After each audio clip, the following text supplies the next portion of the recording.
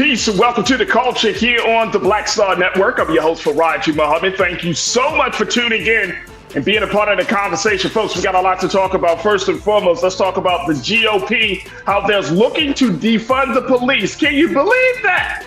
Yeah, I'm going to share with you the latest from House Speaker Mike Johnson, what he had to say about the issue. Also, Alabama, the state of Alabama is taking a stand against diversity, equity, and inclusion with their latest bill, Senate Bill 129. We'll talk a little bit about that. Also, later on, we'll talk about the ongoing viral sensation of Reesa Teesa.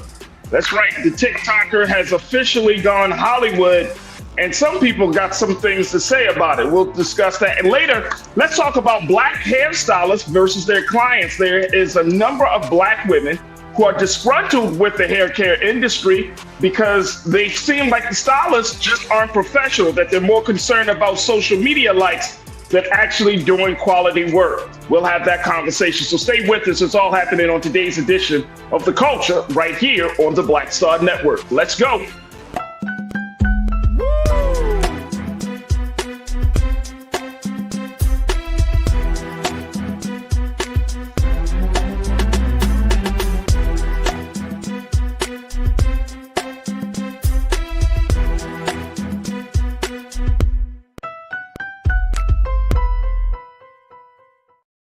All right, folks, welcome to the culture here on the Black Star Network. I'm your host, Farajii Muhammad. Thank you so much for tuning in and being a part of the conversation. Make sure you do your part.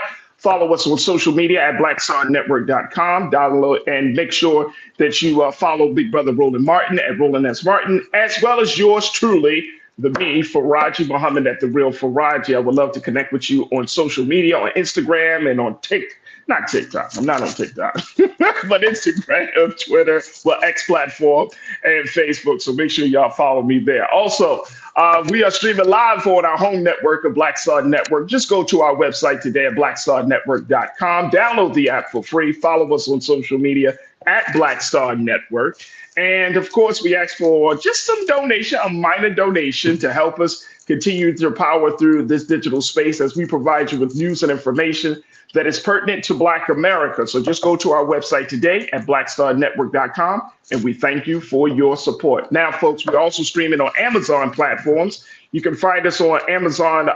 We're on Amazon News on your Fire TV. We're on Amazon Prime Video. So just go to the Prime Video app on Live and then hit Live TV, the news, or find us on Amazon.com under Prime Video, the Live TV, the news. We're also on the Freevee network, where you can find us there on now under news for Black Star Network and Plex TV, 24 hours a day, 7 days a week. Just search for Black Star Network on Plex TV or find us under Live TV, the news and opinion. Now, we're also streaming on Big Brother Roland Martin's social media pages.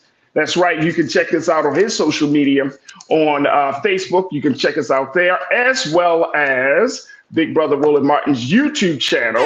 And big shout out. There we go. Big shout out to all of the culture crew that are on the X platform, on the Facebook platform.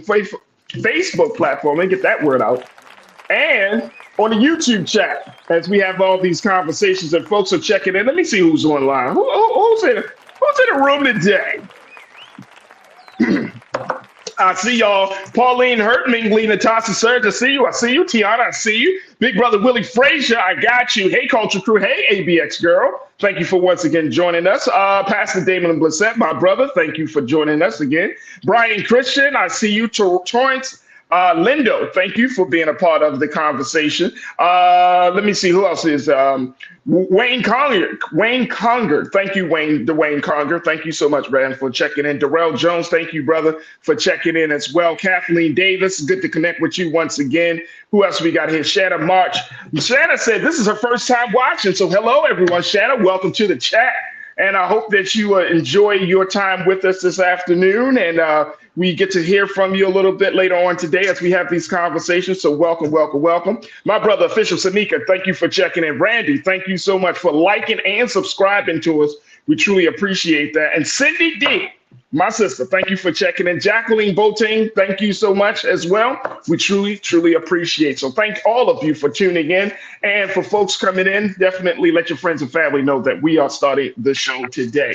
All right, folks, let's talk about it. I am going to be joined by my brother, who is a diversity, equity, and inclusion specialist. He is an activist. He's an advocate. Always got something thoughtful to say on these topics. And so we welcome him back as one of our great contributors here on the Culture on the Black Star Network, my brother Sinedu Wakofor. Brother Sinedu, happy Thursday, big brother. How are you, sir?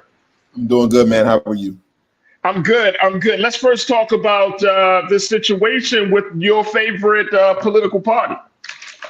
The Republicans, the GOP. And if you haven't checked this out, man, like Mike Johnson, who serves as the House Speaker for the GOP, he did a press conference where he announced that the Republicans were going to essentially start to cut costs on some of the law enforcement agencies within the federal government. How about that? The GOP is looking to defund the police, and they do. Let me share with you what Mr. Johnson has to say, and I think Lise also, if we have an opportunity, let's see if we can pull up some video too of Mr. Johnson. But this is what he said. He said, "We are also advanced. As you've seen the summary cuts to some of the agencies that we believe are really overreaching and have been turned in some way against the American people." He said, "We're going to cut 3% from the Department of Justice, 7% from the Bureau of Alcohol, Tobacco, and Firearms, 6% from the FBI, and 10% from the EPA, and that's just the start." He said, "We did get conservative policy wins here. We got cuts to the agencies, some of them that are the worst offenders and going after the people they're supposed to protect and serve. There's a lot to champion here." Okay, Mr. Johnson, you've made some cuts to some of these law enforcement agencies. And there are some people who are saying on the other side, Brother Sinedu, according to one media outlet called Punchbowl News, they had a report saying that some of the cuts that Mr. Johnson is claiming aren't quite as dramatic as they appear to be at first glance. There are cuts, they're just not huge cuts, because they're saying if the cuts were really that dramatic, Democrats likely would have balked and there wouldn't have been a deal. But he's kind of like shaving off a little something there. What do you make of this? And is this a turn chapter for the GOP? Do they finally get it that maybe we shouldn't put so much into law enforcement agency and use that money in other productive means? What's your take? I think this has nothing to do with law enforcement. I think that's the very latter half. This is about togetherness.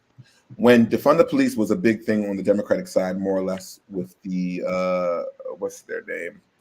That's the group, the squad. That's from with the AOC and all of those. Farajii, Tlaib, and all of them, right? When right. their side was kind of pushing this, defund the police, it's the old guard of the Nancy Pelosi and co. were basically saying we don't want to, and they switched the narrative and told that side to calm down. And you see the GOP now has gotten on. I think in this moment it's important to learn a trick that sometimes it's not about the policy, it's about the politics. And I think what the GOP is really good at is standing by their own. We watched how a GOP refused a once Merrick Garland to be the Supreme Court justice. They refused Obama's decision when he had about a year and some change left. They refused the decision, saying it was too close. Yet when Ruth Bader Ginsburg was barely in the fridge, the same person, Mitch McConnell, rushed and we got Amy Coney Barrett in less than 45 days. The same way they rushed on. The reason why I bring up these examples is look at two parties. The problem I have in this situation is that whether I like it or not, the Republicans show some strength by how they stick to a collective. The Democrats are scared of the different factions of the Democratic Party. There is a part of it where we don't come together, and I think it makes it easy to manipulate. That's why when people spoke against defund the police, it was easy to tear down. Oh, I'm not a defund the police, and you even heard Biden say it. Fund them. He said it at a State of the Union. So I just think holistically what Mike Johnson is doing is what Republicans always do. They switch the narrative, switch the name, but it's the same age-old game. And I will lastly say the reason why a lot of, I would say, tyranny are coming to place and a lot of things are unraveling is because these Republicans, at the very least, are smart enough that the wild left and their wild right still stick to a plan, unlike the Democrats who seem to be up and down in an undulating motion. Wow. So here's the thing, though, and this is very interesting. First, the first thing, it's like you're talking about 3%, you're talking about 7%, you're talking about small numbers. Now, my question would be to the GOP. Okay, so if you're making these small cuts, right? If you're making these small cuts, where's that money going to? Where's that the money that's been cut from the FBI, from the DOJ, the ATF? Where is that money going to now, right? That's one thing.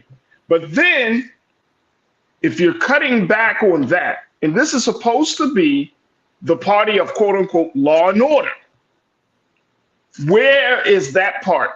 How does that stand? Now, if you're making these cuts, where is this still the party of law and order? That's the second one. And then the third one, T.W, good to connect with you, man. Thank you so much for checking in. T. You said something, which might be interesting. It's kind of funny, but at the same time, given where we are right now with this Republican Party, it's interesting. T. says they're cutting the agencies that investigate them. So if we are looking at all these different factors, you know what I'm saying? Then what are we going to have left? What's going to be the future for these cuts? Where's the money coming from? Where's the money going? What kind of success rate? What do we expect these agencies to do? And does T. on something where he's like, hey, these agencies are starting to, especially if they're trying to clear the path for. Let me see. What's that guy's name that they got to serve as nominee? Clearing the path for Donald Trump. Would it be completely insane? Would it be completely out of the ordinary that they're kind of creating the space for Donald Trump so they can say, oh, okay. I mean, it can go down the conspiracy theory hole, but at the same time, this is not what the GOP normally does. So what is really underlining all of these cuts to these law enforcement agencies? That's what I'm getting at, Sinead. I think when we look at the Supreme Court justice that made a ruling that said all of the justices, I think all what is it, 9? Yeah, whatever. There was 9-0. All 9 agreed that Donald Trump cannot be taken off the ballots because of this and that. And theoretically, I agree with their decision because the real decision that they're going to make is in April, and that's the one that we need to know. Was he guilty of an insurrection? And what I am believing to what you're saying is not to just say conspiracy theory, is let's follow the way that this group has moved. Who knows? Because if that Supreme Court ruling finds that he didn't have anything with that insurrection, these people might be preparing the way for when he comes back and does exactly what he says, and I quote, I'm going to have a vengeance day one. So they might be prepared. And let's not forget this, brother. The fact that when he comes back, that he does have a plan for these law enforcement agencies, right? To try to consolidate in some way, shape, or form. He's literally trying to restructure how the government works if he gets back into office. Mm-hmm. And I think that's the most concerning part for a lot of people, not just for Black folks in this country, but for folks across the country, you know, Black, white, Asian, Latino, that here you have a presidential candidate who says that once he's getting in office, he's looking to restructure in a very, very dramatic way. And I'm wondering if this is connected to that. Now, again, that's trying not to go down the conspiracy theory hole, but you have to at least ask the question. You got to at least ask the question. It's important to ask. And again, the reason why I say it's important to go down all these rabbit holes, because this is what I know. In November, when November comes, if the man does win, people always do this. We didn't see this coming. We wanted y'all asses now. This is what's happening. Because remember, Trump has never been the smartest person. But all those acolytes, the ones who went to school and did very well, those are the ones that we fear. The Mike Johnsons, the folk that will do anything for him, the Ted Cruzes. These are the folks that are behind the scenes planning. Now, if this man doesn't win this election, then in my opinion, we don't have to worry about him again. But it's a vacuum. And I think people should really be paying attention. And this is and again, I like how you framed it, defund the police. I like how the articles are framing it, because that's what it is. But at the same time, you have Texas Governor Greg Abbott trying to build a military base at the damn border. Make it make sense, as they say. Absolutely. Now it was also, and we got to take a quick pause. The GOP also has been fighting. Take a listen to this, folks, that GOP lawmakers have spent the last 14 months desperately trying to strip funding for the Internal Revenue Service, the IRS, which is part of the federal law enforcement.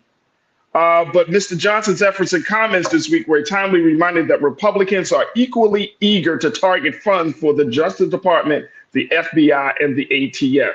They're looking to do something. Something is happening. Something is really happening with law enforcement agencies and the possibility of Republicans getting back to some sense of power in this government. We got to take a quick pause. When we come forward, we'll continue the conversation. Get your thoughts as well, folks. Stay with us. We're just getting started here on The Culture on the Black Star Network.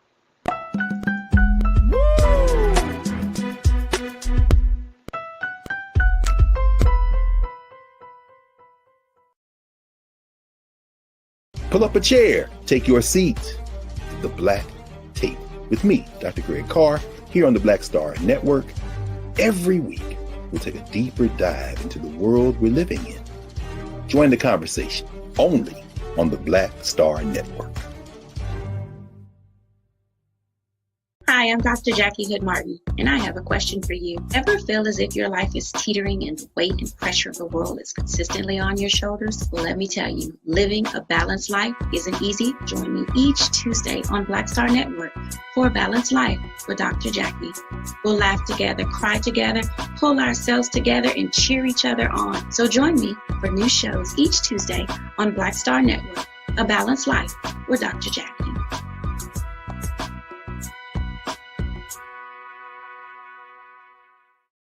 Don't you think it's time to get wealthy?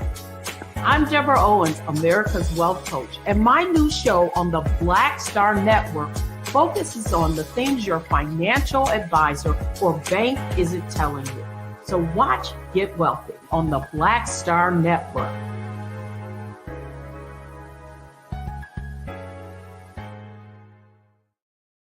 When you talk about blackness and what happens in black culture, we're about covering these things that matter to us, speaking to our issues and concerns. This is a genuine people-powered movement. There's a lot of stuff that we're not getting. You get it, and you spread the word. We wish to plead our own cause. Too long have others spoken for us. We cannot tell our own story if we can't pay for it. This is about covering us. Invest in black-owned media. Your dollars matter. We don't have to keep asking them to cover our stuff. So please support us in what we do, folks. We want to hit 2,000 people, $50 this month, raise $100,000. We're behind $100,000, so we want to hit that. Y'all money makes this possible. Checks and money orders go to P.O. Box 57196, Washington, D.C. 20037-0196. The Cash App is $RM Unfiltered. PayPal is R Martin Unfiltered. Venmo is RM Unfiltered. Zelle is Roland at RolandSMartin.com.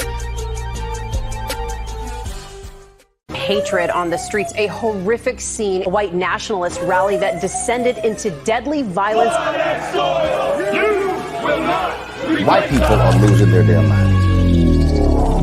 as an angry pro-Trump mob storms the U.S. Capitol.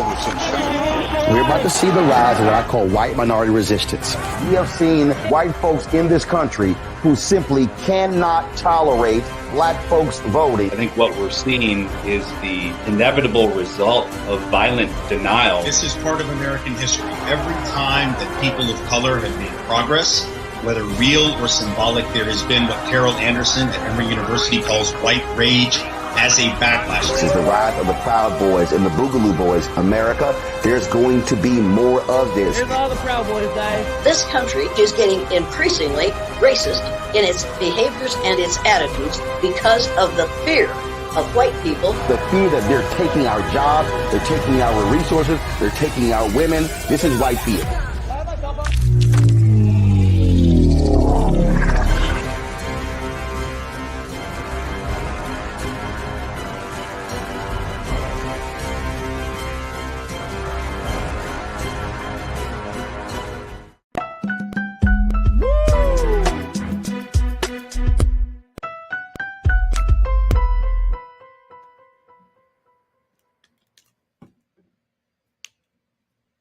All right, folks, welcome back to The Culture here on the Black Star Network. I'm your host, Farajii Muhammad, joined by my brother, Brother Sinead Wakwa, Diversity, Equity, Inclusion Specialist. He's also an activist and advocate and political thinker. And we're talking about the latest announcement coming from House Speaker Mr. Mike Johnson, who said that the GOP are making some cuts to law enforcement agencies. And folks are kind of scratching their heads as to why this is happening now. Now, we've been referencing an article, or rather an op-ed by Mr. Steve Bannon. Mr. Steve Bannon, who is a producer for the Rachel Maddow show. He wrote this piece. But he brings up this one last point as we look at what the Republicans, the GOP, are up to, given the fact that this is supposed to be the party of law and order. And this is also the party that has often said that they do not stand behind the philosophy or the idea of defunding the police. And now they look like they're defunding the police. Mm-hmm. Now, here's what Mr. Bannon, the writer, said. He said the speaker didn't grudgingly point to these cuts as necessary budgetary moves in an era of belt tightening. Rather, he touted these cuts as justified political punishments for agencies that Republicans are mad at.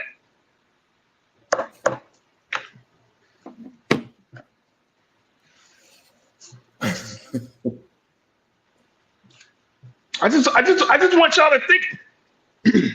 He touted these cuts as justified political punishments for agencies that Republicans are mad at. What in the world is happening in America, Sinead, where people in government who are supposed to be advocates of the government, representatives of the people to ensure that the government works for the people, now, I'm telling you, we got to do a conversation. We got to have a conversation about this. Now we're looking at the possibility that those who could come into power on the Republican side might be even trying to destroy certain parts of the government that they don't like to hold them accountable. I'm going to keep throwing this word out here. It's called nihilism. Y'all familiar with this? Mm-hmm. Nihilism.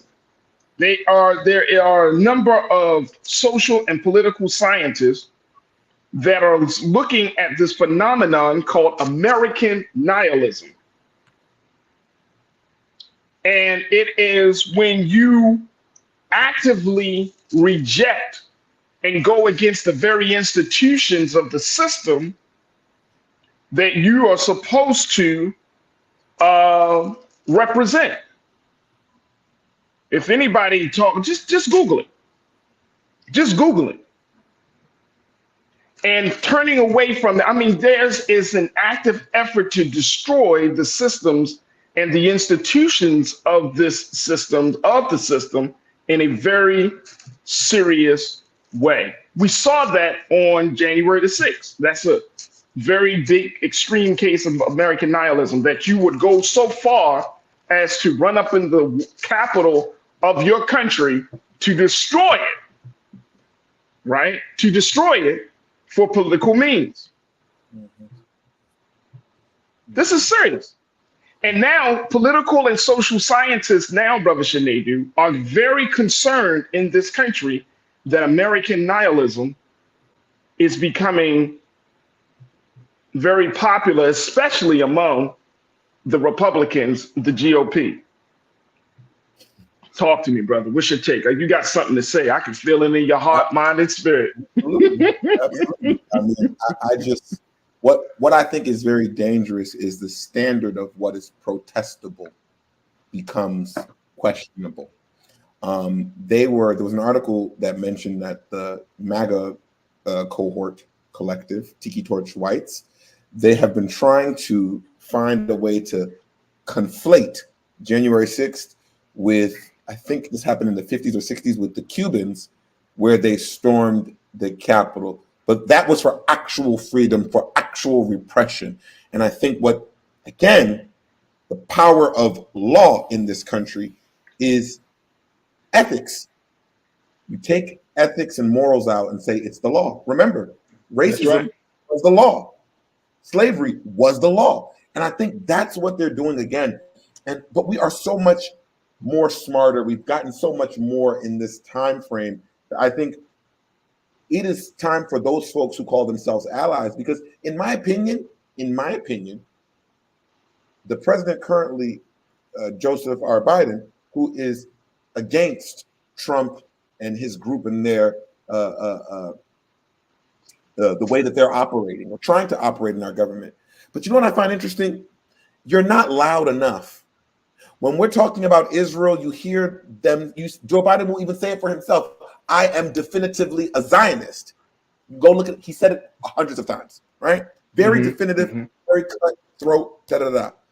But when it comes to calling the colleagues on the other side of the aisle what they really are, when it comes to saying what they're trying to do or actually do to Black people who are still trying to get the rights, or Hispanic folks and so on, no one is as definitive. And that's why I think there's a danger here.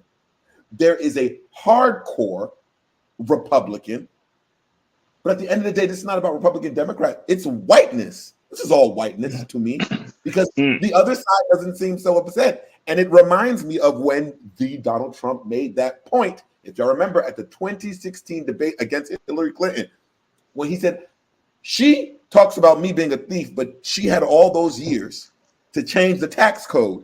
And she didn't, because her friends are donors and they enjoy the same tax code that is when, and Dave Chappelle talked about it on Saturday Night Live. That is when you saw that this wasn't a them over there. And this is a white power structure situation that's going on here that is being cloaked and identified as Republican, Democrat. And there's a lot of danger, because then that puts our Black asses, and I say it like that because we just floating in the middle.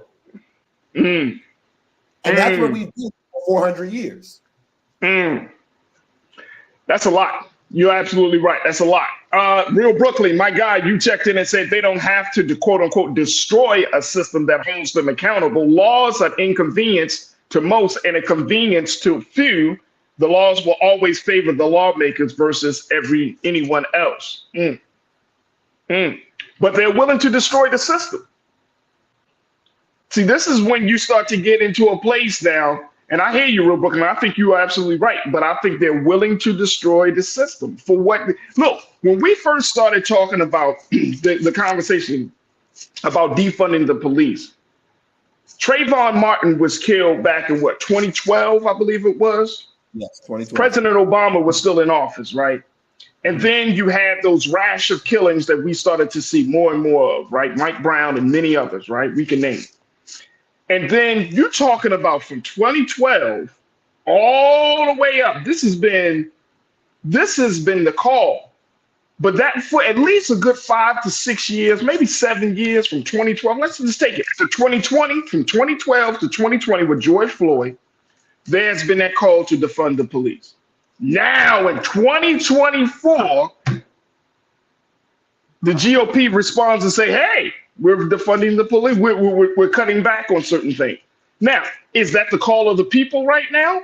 I mean, it may be, but we really want to get a bill talking about police accountability, police brutality, qualified immunity. It's not just about the money. It's about the fact that let's have some more scrutiny in terms of the policy and accountability for officers. But why are you waiting till 2024 to have this conversation? Now you responded in 2024. Well, what's happening in 2024 that is causing us to have a conversation? Now you want to go back to the agencies, the FBI, the ATF, and all of these agencies, these federal agencies, right? The Department of Justice, these federal agencies, and now you want to start cutting in 2024. Well, it's just interesting because the timing looks as if now that we know Trump is going to be the nominee for the GOP, now you want to get this, as Mr. Steve Bannon said for this piece for NBC, some sort of political punishment. Now you want to, okay, now we got a target on our back. Look, remember, Brother Sinead and crew, when there was Trump was in office, he did not trust the analysis, the data, the assessments of any of the major federal law enforcement federal agencies. He already put that out there. He had a beef with the Department of Justice. He had a beef with the FBI and ATF. He had a beef with all of these agencies. He has a beef with them. So now we're in this point, it looks like Trump is moving forward. Now we're talking about something else. Now we're talking about, oh, for the American people. You didn't even say that's, hey, for those who have been killed by the police, it's just a budgetary cut. Oh, it's just, we made some cuts. But what was the reason? What was the tipping point for the cuts to be made? Culturally, what was the tipping point? A lot of questions. A lot of questions. CC Knight, you said there's a headline today, 45 suddenly facing prospect of a new indictment. Wow. Wow. Wow. Tiana, my sister, thank you, CC. Tiana, my sister, you said this is nothing more than revenge, plain and simple. Yep. The Big Cheese, thank you for joining us. You said what happened to the black anti-hate crime bill promised by Joe Biden? Okay. Yep. Brian Christian, my brother, you said white America has a warped view of my brother's keeper, doesn't it? Something is really, really happening. Tonight is the president's State of the Union. And as much as he's going to talk about the tax plan and the tax code, he's going to certainly talk about Gaza. But he's continuing his promise to try to keep, and he's going to present it this way. Are you on the side of those who are going to hold the wealthy accountable? Are you on the side of those who are going to stand with women's rights? Are you on the side of those who want to make sure that the institutions of democracy stand for the next 4 years? Or are you on the other side? That's going to be his theme for tonight. Very interesting. And then, like with this announcement, I think we should all be getting into the detective thinking. You know, back in the day, Brother Sinead, the teachers used to say, put your thinking caps on. Put your thinking caps on. We got to put our thinking caps on and start connecting the dots as to ask questions like, why is this happening now?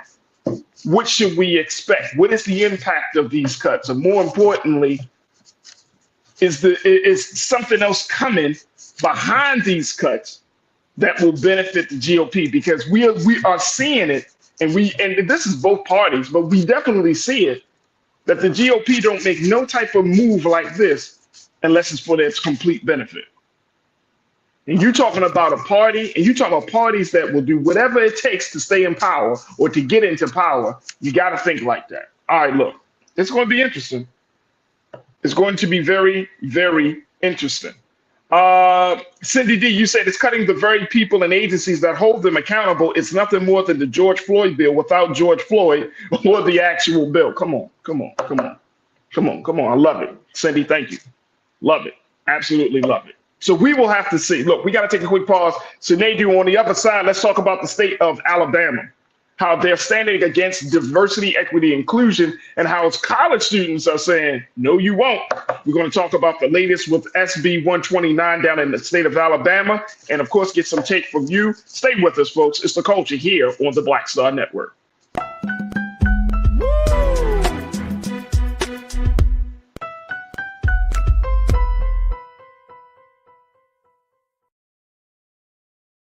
When you talk about blackness and what happens in black culture, we're about covering these things that matter to us, speaking to our issues and concerns. This is a genuine people-powered movement. There's a lot of stuff that we're not getting. You get it, and you spread the word. We wish to plead our own cause. Too long have others spoken for us. We cannot tell our own story if we can't pay for it. This is about covering us. Invest in black-owned media. Your dollars matter. We don't have to keep asking them to cover our stuff. So please support us in what we do, folks. We want to hit 2,000 people, $50 this month, raise $100,000. We're behind 100,000, so we want to hit that. Y'all money makes this possible. Checks and money orders go to P.O. Box 57196, Washington, D.C. 20037-0196. The Cash App is $RM Unfiltered. PayPal is R Martin Unfiltered. Venmo is RM Unfiltered. Zelle is Roland at RolandSMartin.com. Pull up a chair, take your seat. The Black Tape with me, Dr. Greg Carr, here on the Black Star Network. Every week, we'll take a deeper dive into the world we're living in. Join the conversation only on the Black Star Network. I'm Deborah Owens, America's Wealth Coach, and my new show, Get Wealthy, focuses on the things that your financial advisor and bank isn't telling you, but you absolutely need to know. So watch Get Wealthy on the Black Star Network.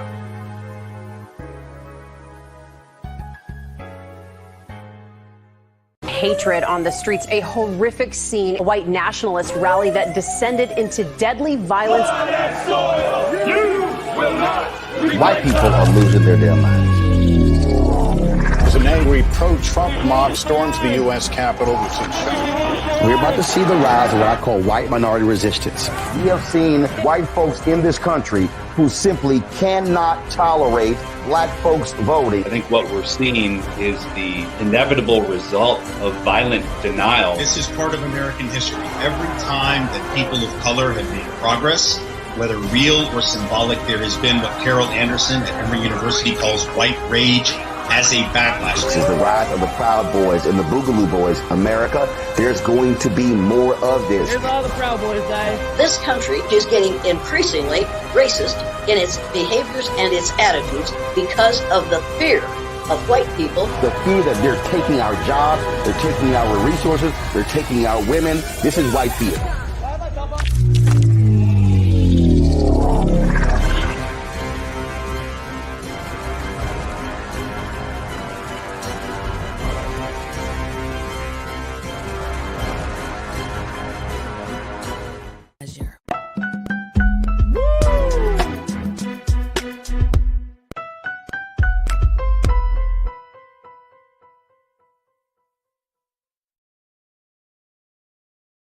All right, folks, welcome back to The Culture here on the Black Star Network. I'm your host, Farajii Muhammad. All right, let's go from Washington down to the state of Alabama, folks. And I'm joined by my brother Shinedu Wakwafor, as we have these conversations and with Brother Shinedu and with you. Brother Shinedu, let's take a trip down to Alabama, where there is a little bit of a controversy down there around the issue of diversity, equity, and inclusion, DEI, where a new Senate bill that was authored by Senator Will Barfoot, who is a Republican of the Pike Road area down in Alabama. Take a look at this. I want to share this with y'all. This is Senate Bill 129, and what it says, it would prohibit government institutions, including state agencies, public schools, and colleges, from funding a diversity, equity, and inclusion office and from sponsoring DEI programs or any program that advocates for a divisive concept. It would also prohibit higher education institutions from allowing individuals to use a restroom that is different from their sex as assigned at birth. This is a very, very controversial issue.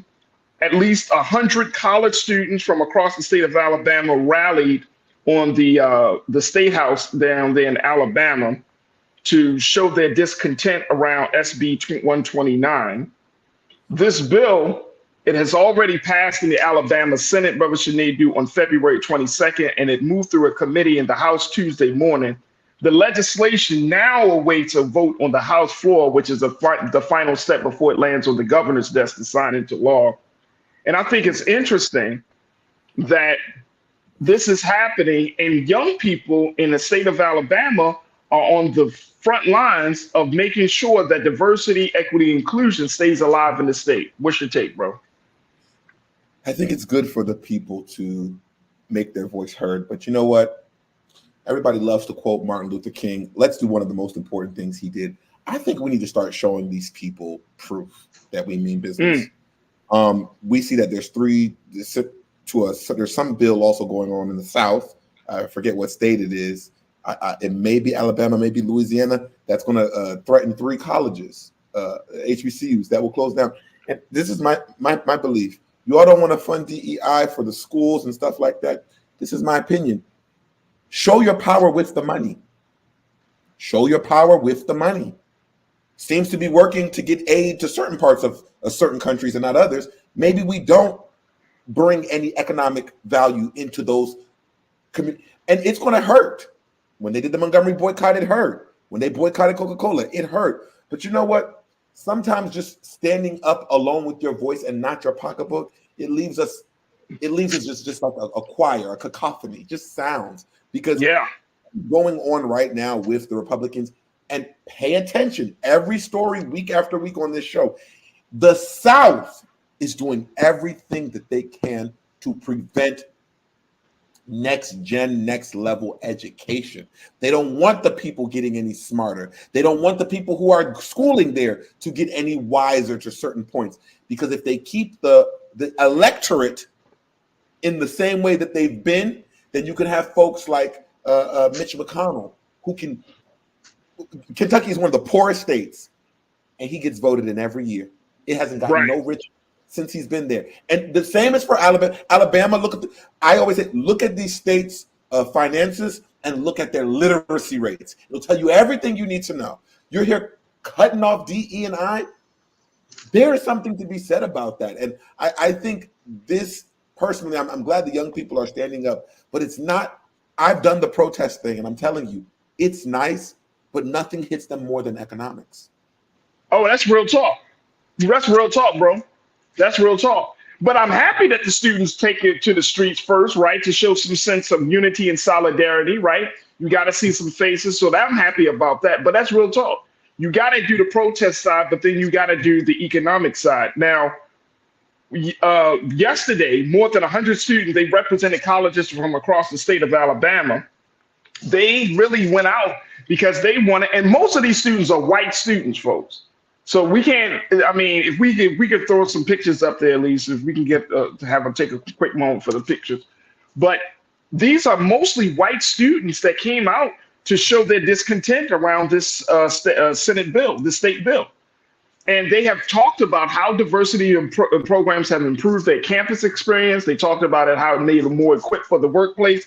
And at some point, they say that it even saved their lives, especially some of the female students who said that this bill, SB 129, would threaten programs that help female students get jobs, making accommodations for veterans and international students. Like, there are a lot of people that will be affected by this. And to see young people, young white students kind of taking the lead on this is important. It's very, very important, to say the least, because we need to hear from that group. And it's because they actually represent the next generation of voters. They represent the next generation of voters. Shannon Marsh, thank you for joining us, Shannon. You said, as a mom with 2 teenage daughters, they will not attend any school that has gutted their DEI department. Come on, man. And Sinead, to Shannon's point, how big should DEI be for Black students, for Black parents of Black children? How important should that be in college consideration? It is so important because history in this country is not even properly taught, and again, you wouldn't need DE&I. Let me put it in other words. Let me take another approach here.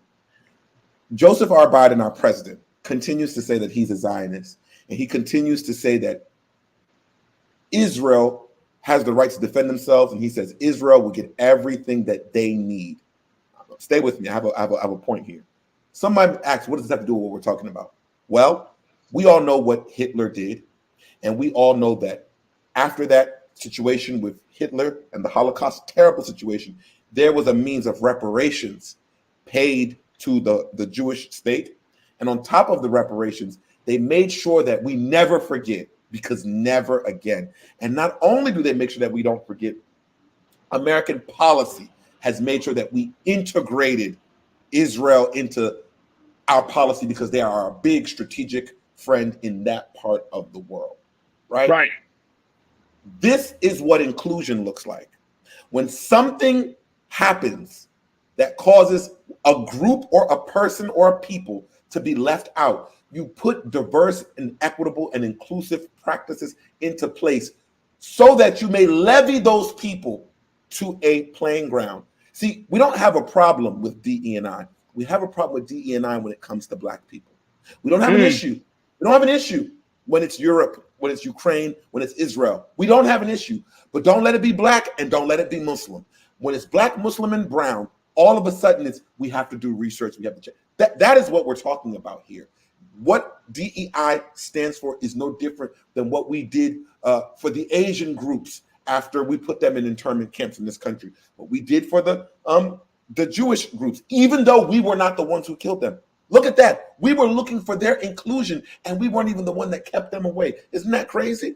But the point I'm making is, it's not that we don't understand, because I don't want our people to lose our mind. I think our nation understands what diverse, equity, and inclusion stands for. I think they are afraid, as has been said by many scholars before. America has continued to be afraid of what Black people will do, and it's Black in particular, when we are in power based, or if we get power, because the greatest power belongs to God, in my opinion. But it's the fear of, you will do to me what I did to you. And it has been proven time and time again, that is not of our nature. That is of your nature. So that's the real discussion here, whether people want to talk about it or not. It's the fear of the integration. It's the fear of white people are leading this case, as you said. It's the fear of what happens when those white people and the Black people who've been saying this for generations, for millennia, start to come together. Does that now take down the old guard? That is the issue here. That is the issue. Let me throw a little something else in here in the conversation very quickly, Brother Sinead, because I've been following this story. If you live in the city of Birmingham, Alabama, you know that your beloved mayor, Birmingham Mayor Randall Woodfin, Mr. Randall Woodfin, he came out before this bill went through the Senate. He came out like a few days ago, and he said and encouraged and advised that Black athletes should avoid Alabama colleges if anti-DEI bill passes. He encouraged Black athletes to avoid the state's public colleges if this bill passes, y'all. Take a listen to what Mr. Mayor had to say when he talked about this, because he was reacting to this bill going through the first part of the process. He asked the question, he said, to the parents of minority athletes who are helping their children decide if they want to play sports at those institutions. He's talking about University of Alabama and Auburn University, which are two of the top programs in the country. He said, would you be cool with your child playing at schools where diversity among staff is actively being discouraged? He said, although I'm the biggest Bama fan, I have no problem organizing Black parents and athletes to attend other institutions outside of the state where diversity and inclusion are prioritized. If supporting inclusion becomes illegal in this state, hell, you might as well stand in front of the school door like Governor George Wallace. This is coming from Mayor Woodfin, the mayor of the city of Birmingham, Alabama. Alabama as a state is nearly 27% Black, folks. College football is big business in the state of Alabama. And the mayor has asked the leadership, athletic directors, and coaches of those colleges whether they supported this proposed law. He put it out there. So even when we take our talents down to the state of Alabama, and I think the mayor asked a great question. Would you let your son, who might be playing in one of these big schools, go to a school where DEI isn't prioritized? Now let's talk about that, because he's essentially calling for some sort of, I don't know if we could say a boycott. I guess we can call it a boycott, right, Brother Shanadu? But would you want that to happen? Would you want to say, I couldn't send my son down to a school knowing that they don't feel they're not creating a space for him to be there as a Black boy grown into a Black man. I couldn't do that. There needs to be a space made for my son, or you ain't getting my son. So that's what the man is saying. Go ahead, brother. Or this is so crazy. Or just stop being fucking ridiculous. You know, if you really don't want DEI, let's talk about it, because DEI didn't exist forever. If you don't want DEI, then do what the Constitution says. Let me be seen as a human being like everybody else. Let's make space for this country to have great people here. And you know, what's funny about Alabama, such a poor state, I'm gonna keep saying that because economics drives everything, such a poor state, but a vast state. When you think about because let me bring economics into it because it matters. When you think about Joe Biden's IRA, Infrastructure Reduction Act, or whatever it is, Inflation Reduction Act, where it infuses a lot of money into infrastructure. Do y'all know so many foreign companies are trying to come to America and build factories? I'm talking about chip makers, solar makers. Yeah. Where do you think they're trying to go to? Places with a swath of land. And we all know that that is the South and the Midwest. Here's going to be your problem, though. When they come to these towns and cities, you know what's going to happen? They're going to need to hire people, because that's what some of these agreements say. You know the problem they're going to have? You're not going to have the diverse talent there, because you all are getting rid of the people who is a Black kid or Asian kid or a Chinese kid that will come to school and bring their culture. As a young boy, I went to an HBCU as a Black man. But I left an HBCU as a universal man with so much more isms from the white kids who went to the school, from the Asian teachers who taught with their experiences. So it's not just about, is DEI important for my mental? It is good for business. Point blank, period. DEI has always proven to be good for business. And I hate to say it, just like we said about the affirmative action, the biggest population that DEI affects will be white women. Mm-hmm. It will be white women. That is probably why they're standing up, because white women fall into that category that is not white, Anglo-Saxon, Protestant male. Like, this is not new, and this is dangerous, because what happens now is when these factories, my last point, when they do come in and they don't have the diverse talent and diverse high skilled, you got to bust the talent in from other parts of the country. Then what does that now do to the local people who are saying now people are quote unquote taking their jobs? Oh yeah. This is a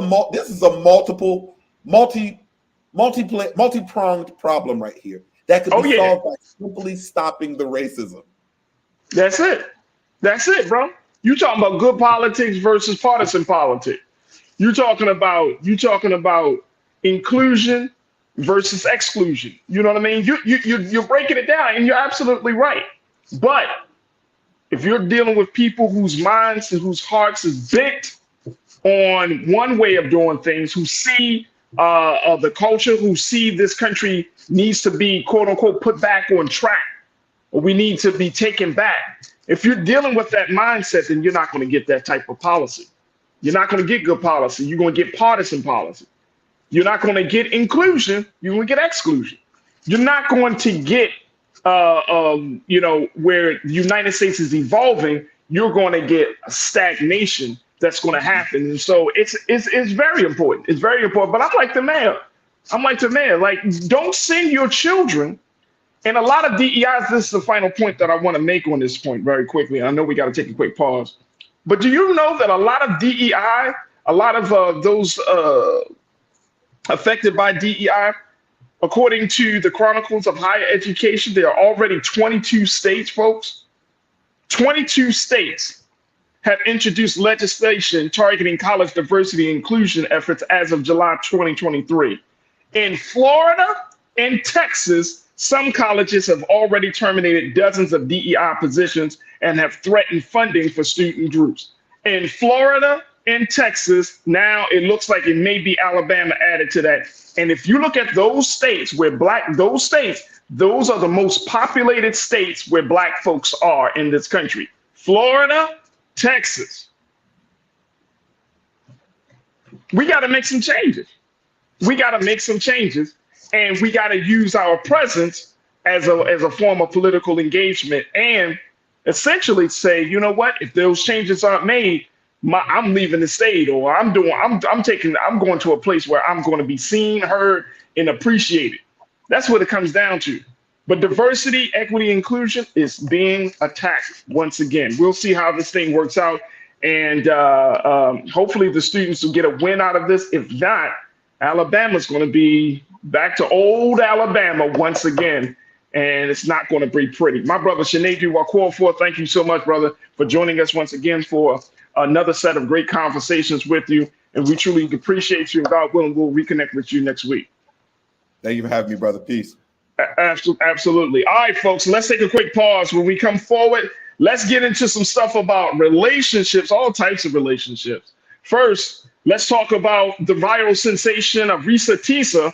This is the young lady that created the 50-part series on TikTok. Now she has officially gone Hollywood, signing with one of the top publicity agencies in the world as she told her story. And we're going to talk about the implications of telling your story and how to go viral and how it may not be the thing that you want to go for. We'll have that conversation later on. We'll talk about how Black hairstylists and their clients are at war with one another as Black women are pushing back on industry standards and professionalism. So stay with us. It's The Culture here on the Black Star Network.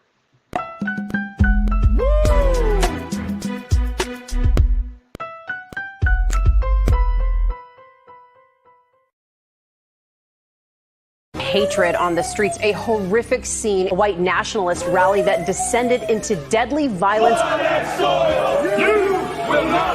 White people are losing their damn minds.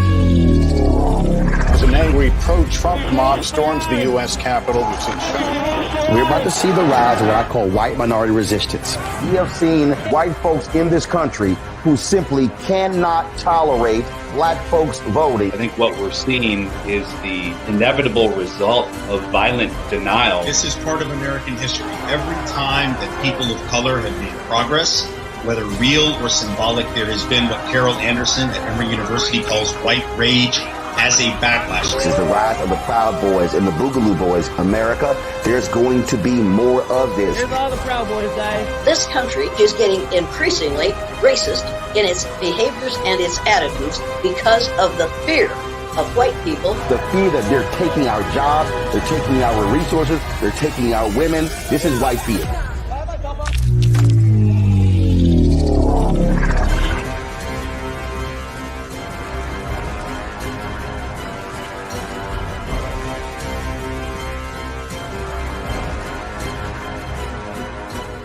Pull up a chair, take your seat.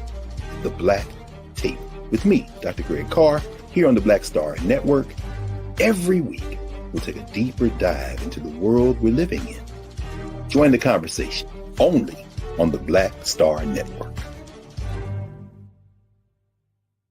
When you talk about blackness and what happens in Black culture, you're about covering these things that matter to us, speaking to our issues and concerns. This is a genuine people-powered movement. There's a lot of stuff that we're not getting. You get it, and you spread the word. We wish to plead our own cause Too long have others spoken for us. We cannot tell our own story if we can't pay for it. This is about covering us. Invest in black-owned media. Your dollars matter. We don't have to keep asking them to cover our stuff. So please support us in what we do, folks. We want to hit 2,000 people, $50 this month, raise $100,000. We're behind 100,000, so we want to hit that. Y'all money makes this possible. Checks and money orders go to P.O. Box 57196, Washington, D.C. 20037-0196. The Cash App is $RM Unfiltered. PayPal is R Martin Unfiltered. Venmo is RM Unfiltered. Zelle is Roland at RolandSMartin.com. Hi, I'm Dr. Jackie Hood Martin, and I have a question for you. Ever feel as if your life is teetering and the weight and pressure of the world is consistently on your shoulders? Well, let me tell you, living a balanced life isn't easy. Join me each Tuesday on Black Star Network for A Balanced Life with Dr. Jackie. We'll laugh together, cry together, pull ourselves together, and cheer each other on. So join me for new shows each Tuesday on Black Star Network, A Balanced Life with Dr. Jackie.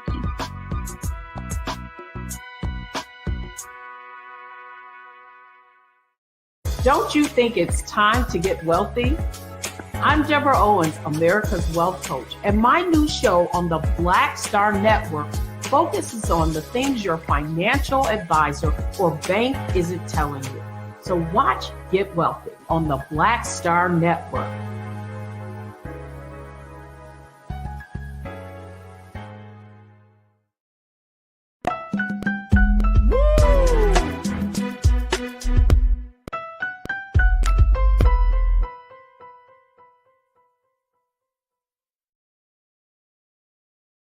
All right, folks, welcome back to the conversation. Welcome back to the culture here on the Black Star Network. I'm your host, Farajii Muhammad. Thank you so much for tuning in and being a part of the discussion. Let's switch gears. Let's stop talking a little politics and let's start talking about some of the cultural things that are happening. And I'm always excited to have these conversations with one of our new contributors here on the culture, my sister Coach Trinette Collier, to talk to us a little bit. There you go. Coach Trinette is in the chat.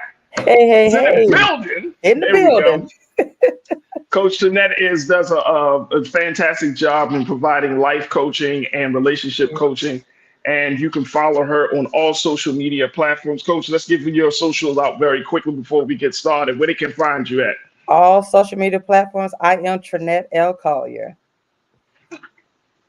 That's awesome. I am Trinette L. Collier. All right, Coach, we truly appreciate you as always. Let's talk about something that we discussed before. Now it's taken into a whole different space. I did not see this coming, Coach. I did not see this coming. But apparently, the viral sensation of TikToker Reesa Teesa has not just gone viral, she gone Hollywood in some cases, right? Yeah. It has been reported, folks, just a couple of days ago that she has officially signed with publicity giant CAA, Creative Artist Agency. So, of course, Reesa Teesa is the star known for her Who the F Did I Marry online series, which made her an overnight success. Let me tell you how big this series of 50 parts on TikTok really went. 400 million impressions. Wow. In under 3 weeks. Now, there's so much to unpack here, but apparently by her signing with Reesa, with CAA, excuse me, she said, quote, "I am excited to join the CAA family in what has become an extraordinary and life-changing opportunity. I hope to bring this story and personal experiences to an even bigger platform with the hope of helping those in similar situations know they are not alone." She is being represented. Now, if you're not familiar with CAA, like I said, they're one of the largest publicity firms in the world. You're talking about A-listers. Now, they not only represent actors, they do writers, they do a lot of different creatives on many different levels. I'm telling you, it is hard to get signed to CAA just to get them to look at you, But here's the thing, though, Coach Trinette, when we look at how this how her story, she was featured on the Tamron Hall show. She was featured on Good Morning America. Yeah. She's been talked about on The Breakfast Club. All because of this story of her 5-month wedding to a man that she says is a pathological liar with all of his twists and turns and all of these things. Even he, the so-called Legion, has put out a video saying that she did some stuff and that led to him doing some stuff. But what does this say about how people are describing their relationships, more importantly? Now, my concern is, and you tell me if this is your concern as well. My concern is that we're going to get more and more people using social media, especially like TikTok, to just unload. Unload. Now, Reesa Teesa said that this was her form of therapy. Okay.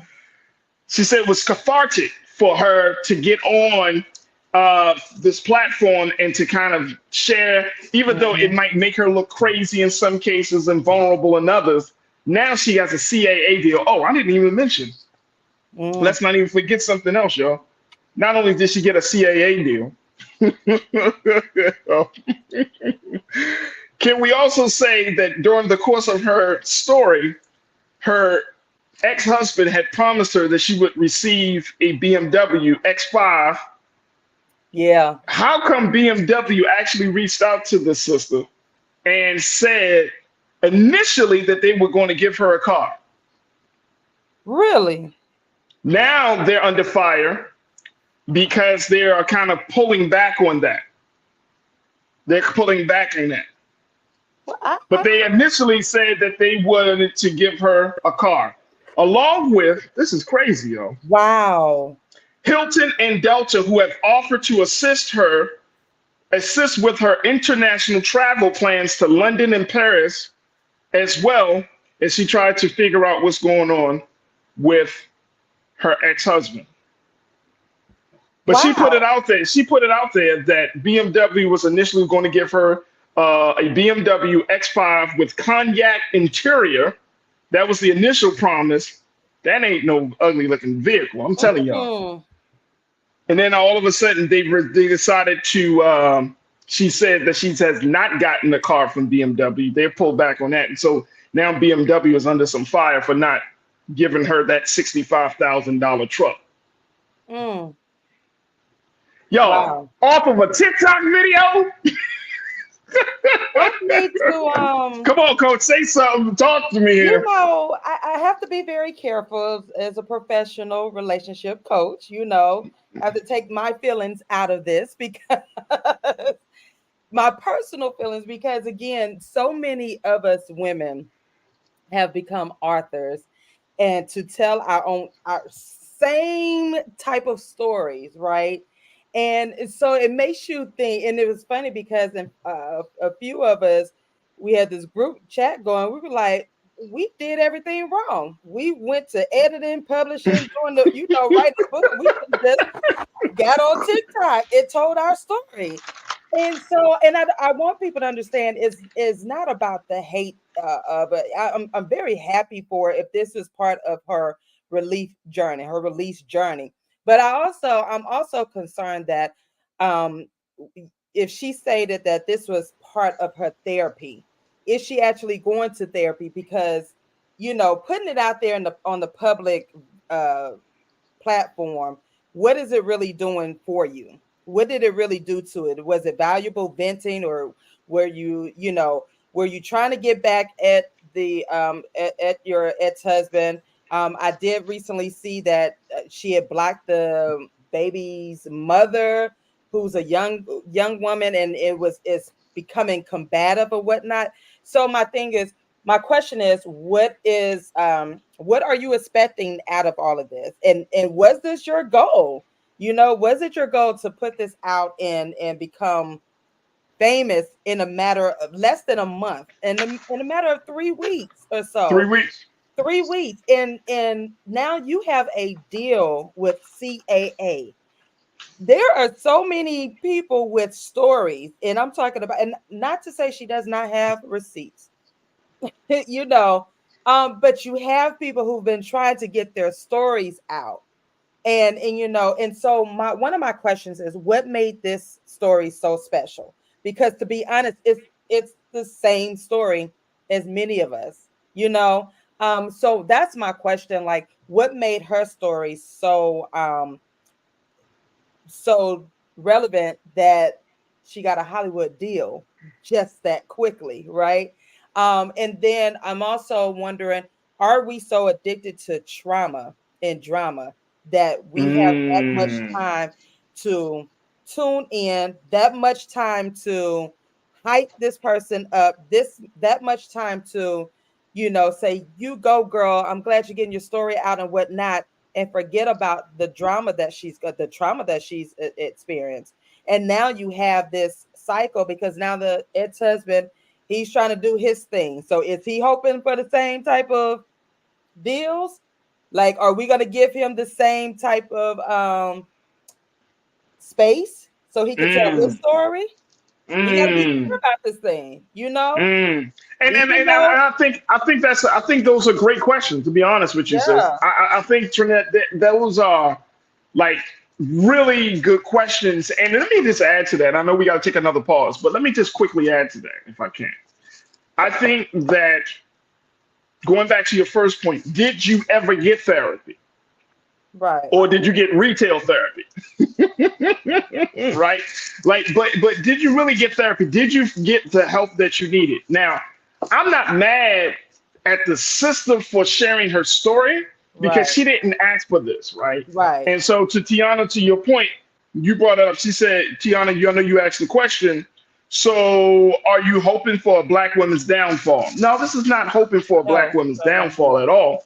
I think this is more indicative of where we are in our culture, that we can use social media and we get straight to, quote unquote, we get to the top, right? If this is your story and this is supposed to be therapeutic, that's one thing. And I'm not saying, like, if I put out something on social media and then I'm getting all this attention and I'm getting all these deals, I'm not going to be like, no, I don't want no deal from y'all because this wasn't the purpose of me. That wasn't my intent. No, I understand that. That's human nature. But I do think that in terms of where we are in our relationship to social media platforms and being our authentic selves, I think that's the part that I'm really concerned about, because now more and more of us, and it may not be anyone in the crew, it may not be folks that watching right now, but y'all ever notice that more and more people that get on social media, spend time on social media, become a little bit more extreme. We just start inching toward, because we want the likes. Yeah. We want to be the viral sensation. So now we at a point, I think, in this culture where we are doing things, as the song said, just for clout, right? Like, we're getting to it. Does it open a door for people to embellish their stories a little bit more? Yeah. Because from my understanding, there is another woman, as I mentioned before, there's another woman that is calling her out because she literally has the same type of story that's been out on YouTube for the past year and a half. And it was a series. And when you go and look at her series, it's like, oh, wow. Okay. So, again, I'm not hating on the sister. I'm actually happy for her, because she did go through a lot. And as I stated before, she did say she took accountability. She saw those red flags. She was desperate. She wanted, these things. But in turn, this is what happened. So I'm just worried, like, now, what is the next? What is the plan now? Now that you're a sensation, now that you're at the top, what is your next? What is going to happen now? Are you completely healed? Are you, have you gone through the healing process to start a new relationship or whatnot? Are you going to speak against men? What is the agenda behind it? Because sometimes these situations will turn you against, and then what is your message to other women? Or will it be a positive message? Not saying, because she seems to be a very positive woman, and just from some conversations with others who know her, they they had nothing but good things to say about her. But I'm just worried, what is the next step for her? Because after all of that calms down, once you're like done, what is the after? That's one of my concerns. That's a great question. I think that's a great question. I think that's a valid question, Coach. I think that is an important question because we might start seeing some sort of mimicry. We might start seeing more people and more women telling their stories. Because look, I know Black women, y'all go through a lot, man. Y'all go through a lot dealing with us. Y'all go through a lot with dealing with the shortcomings within yourself. Y'all go through a lot. So next thing you know, we're going to get more. Are we going to expect to get more and more Black women coming on these social media platforms to tell their story, to speak their truth to the point that they want to get paid, they want to get seen, they want to get represented, they want to, they want to create a Lifetime movie and stuff like. And I get it, but everybody doesn't need to be exposed. Right. Everybody doesn't need to be exposed. But who's to say though everybody doesn't need? So now you're going to come into that like. And I know, and I don't want to be nobody want to be the culture police. You don't want to come in and be like, no, you can't do this and you can't do that. Yeah. But is there a boundary? And I think that's the point that you're making, right, Coach? That is there a boundary? Like, how far does this go? Yeah. How far does this go? We got to take a quick pause. When we come forward, let's get some of the some comments from the crew. Folks, stay post your comments as we're streaming live on Big Brother Roland Martin's Facebook page and his YouTube channel. What do you make of this? The viral sensation of Reesa Teesa. She now has a CAA deal with a major publicity firm. She also is getting deals or getting some sort of promises from some other brands. And she's taking her story, quote unquote, to the next level. What do you make of it? How do you see it? What does it say about our social media engagement and how we handle trauma in our lives? Stay with us. The conversation continues on the other side right here on The Culture on the Black Star Network.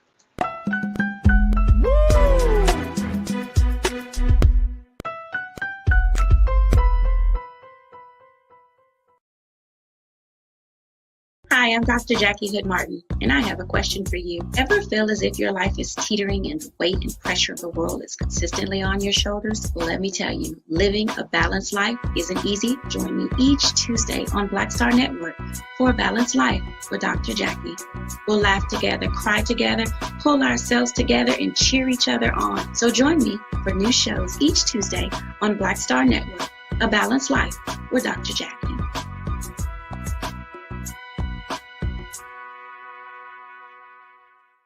When you talk about blackness and what happens in Black culture, we're about covering these things that matter to us, speaking to our issues and concerns. This is a genuine people-powered movement. There's a lot of stuff that we're not getting. You get it, and you spread the word. We wish to plead our own cause. Too long have others spoken for us. We cannot tell our own story if we can't pay for it. This is about covering us. Invest in Black-owned media. Your dollars matter. We don't have to keep asking them to cover our stuff. So please support us in what we do, folks.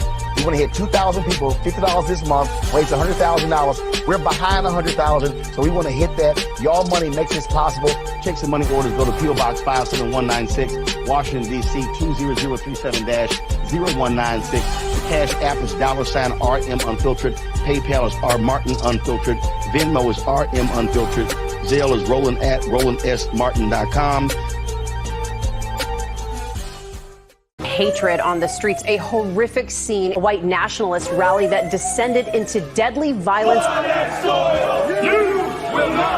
White people are losing their damn minds.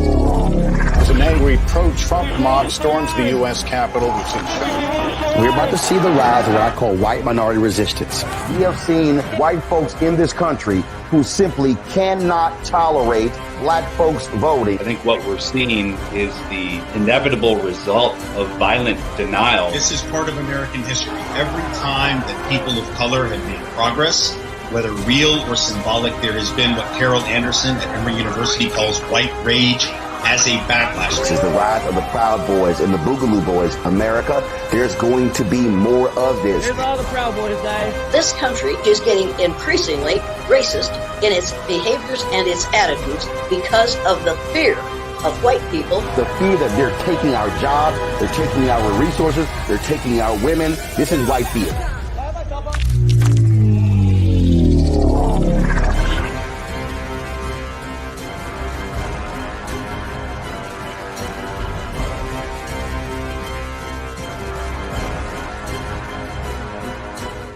Pull up a chair, take your seat. The Black Tape with me, Dr. Greg Carr, here on the Black Star Network. Every week, we'll take a deeper dive into the world we're living in. Join the conversation only on the Black Star Network. Don't you think it's time to get wealthy? I'm Deborah Owens, America's Wealth Coach, and my new show on the Black Star Network focuses on the things your financial advisor or bank isn't telling you. So watch Get Wealthy on the Black Star Network.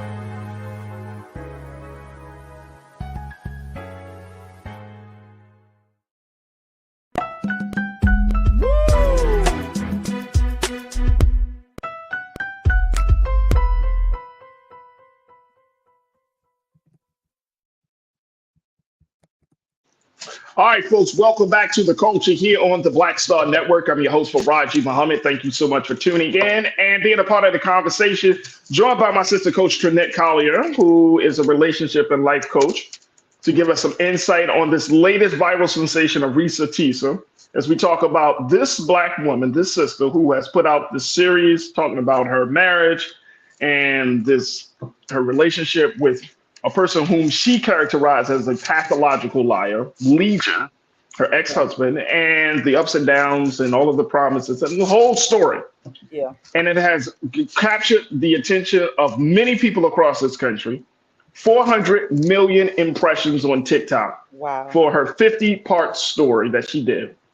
It has garnered her appearances on national televised shows. Mm-hmm. She's been the talk of Black media.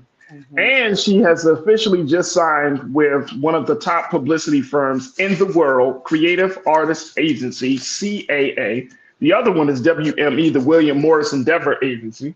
Mm-hmm. And she's likely to move further along. She calls this a life-changing event and opportunity as we talk about this. Now, I want to just put this in perspective because my sister Lori Parks, who I truly appreciate, but Lori shared a very understandable sentiment, making the point, and she said, well, why are we even talking about this? Why are we even discussing it? And to Lori's point, I understand the sentiment, but y'all know, we can't bring nothing onto the culture without having some deeper understanding of it. Yeah. We're talking about it for a couple of reasons. I think, Coach, we need to talk about it because we do have a very, quote unquote, I don't want to be judgy, but it can be a traumatic or in some cases dysfunctional relationship with social media. Yeah. Using it as our own personal diary in some cases, right? So we could talk about that. We could talk about how many of us have changed as a result of social media. Yeah. Behavior, our view of the world, have changed as a result of social media. Yeah. Right. So we could talk about that. We could talk about the culture in terms of how you monetize now. Like I was reading and preparing for this conversation, Coach. Mm-hmm. It made me think about the fact that you have a lot of people that are out there who say that they are content creators. These are people that, create this content for social media.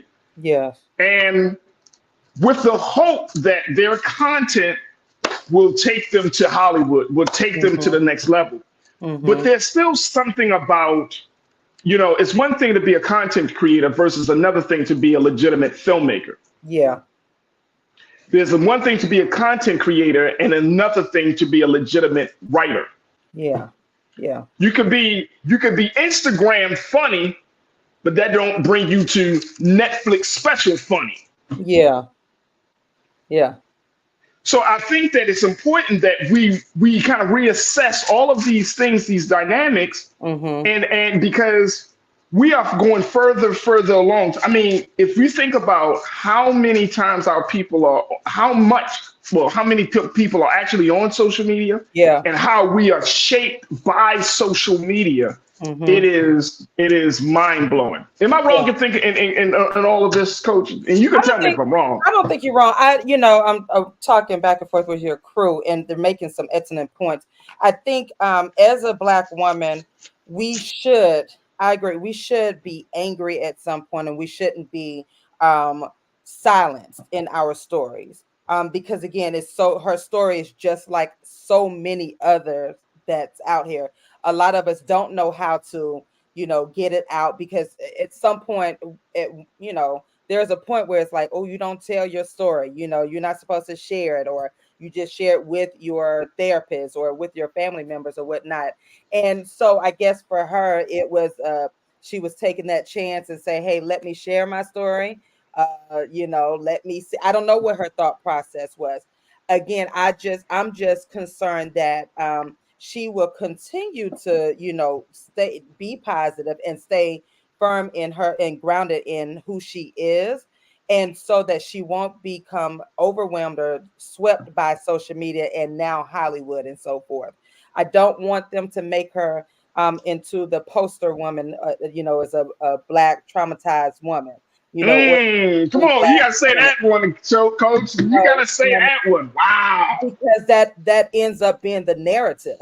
When I released my story, the first thing people were like, "Oh, you were angry," and I was like, "Yeah, I was angry. I got cheated on. What did you want me to do? Hop around in roses and what was I supposed to do?"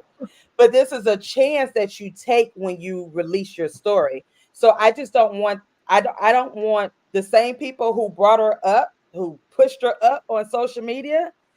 You know how people can quickly turn on you.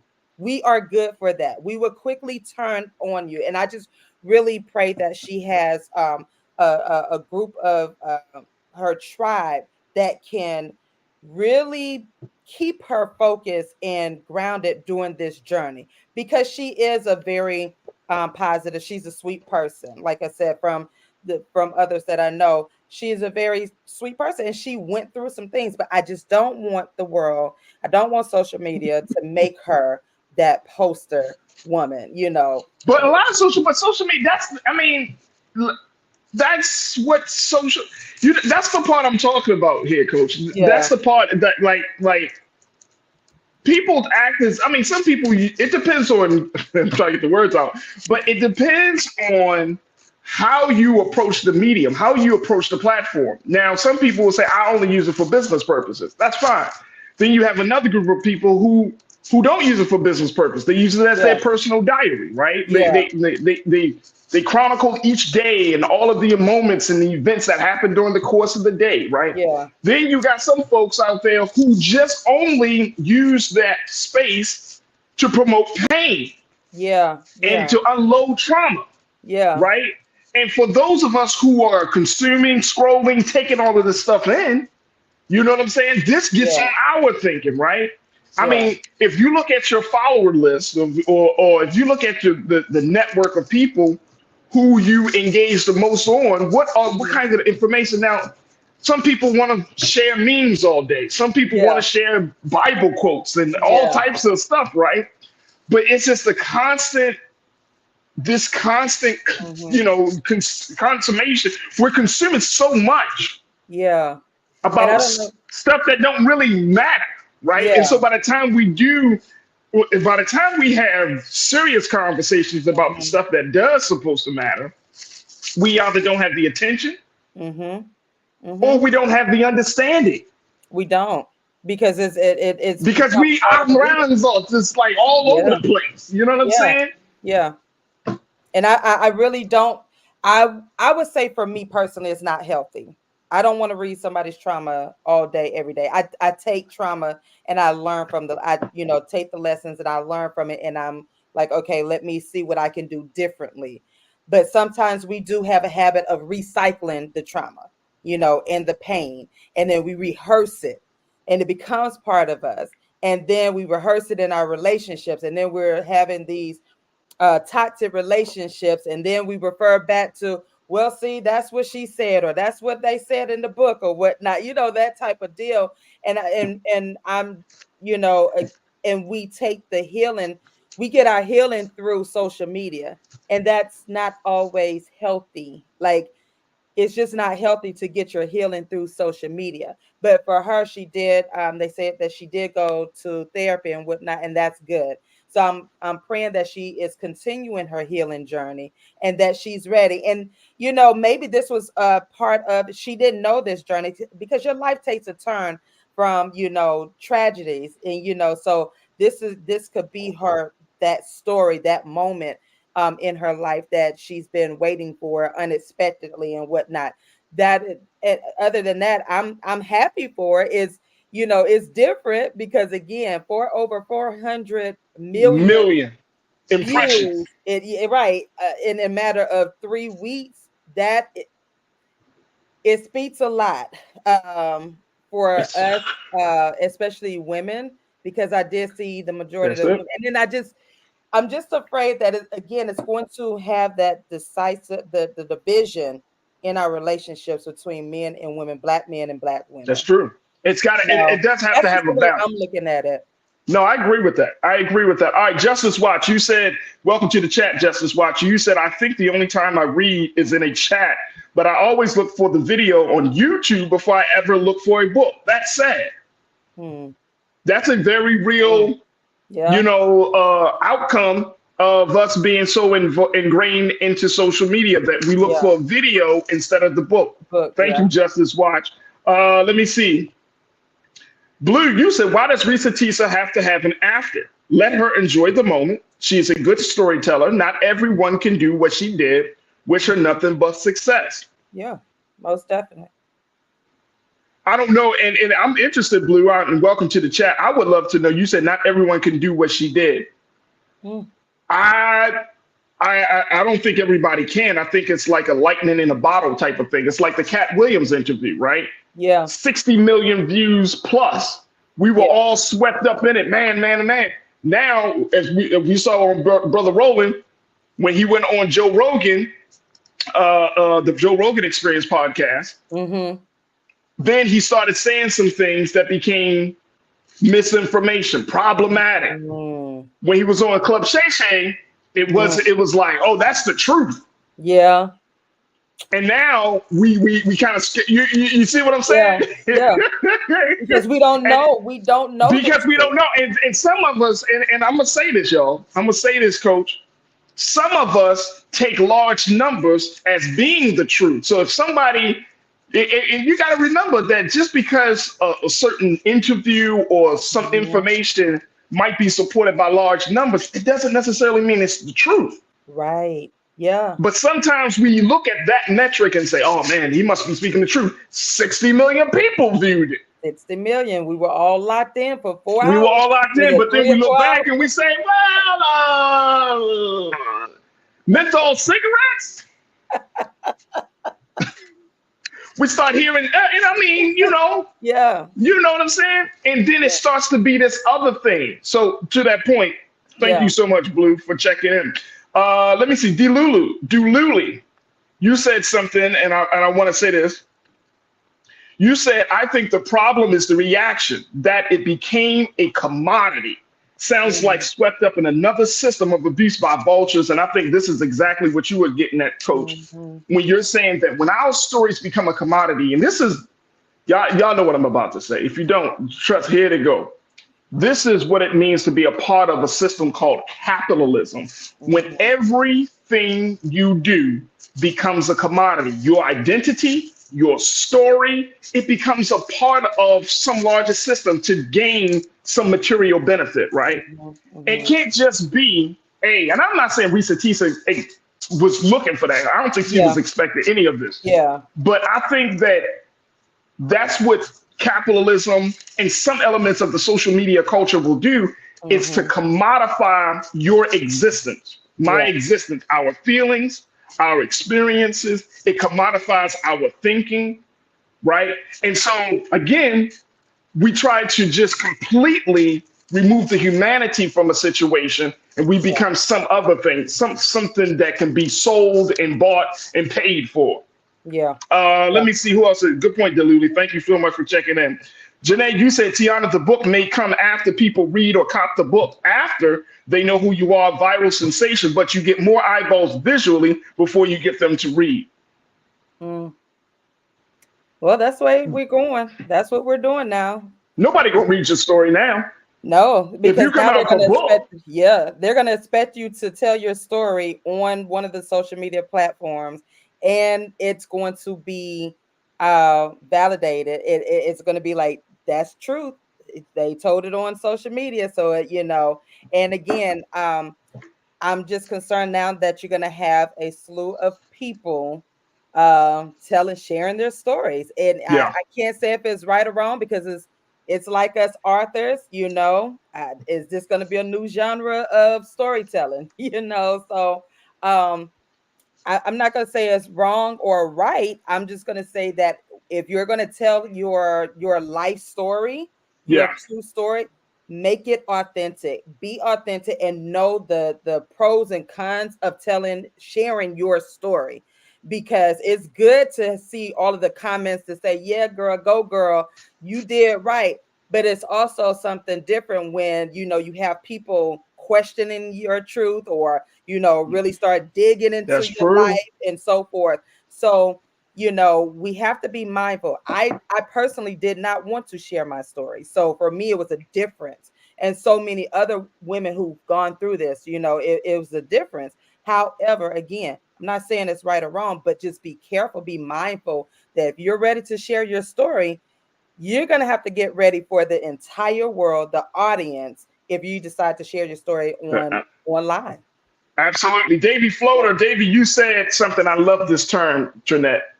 Davey said, attention economy. I love that term, because that's exactly the space that we in. We want eyeballs always looking at something that we're doing.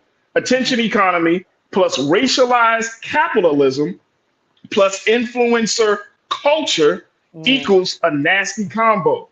And I think you're right on, Davey, because in none of those things that you said is human beings, emotions, the human experience. None of that is a part of that.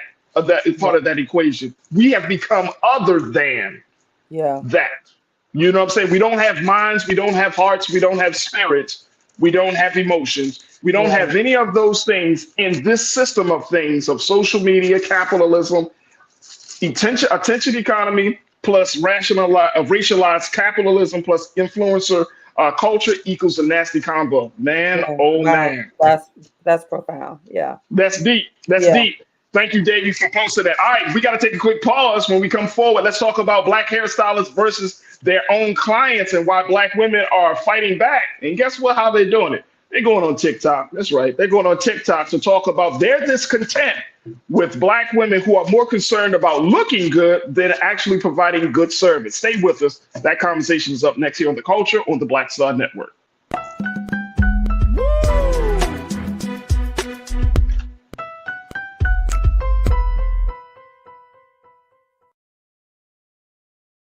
Hi, I'm Dr. Jackie Hood Martin, and I have a question for you. Ever feel as if your life is teetering and the weight and pressure of the world is consistently on your shoulders? Well, let me tell you, living a balanced life isn't easy. Join me each Tuesday on Black Star Network for A Balanced Life with Dr. Jackie.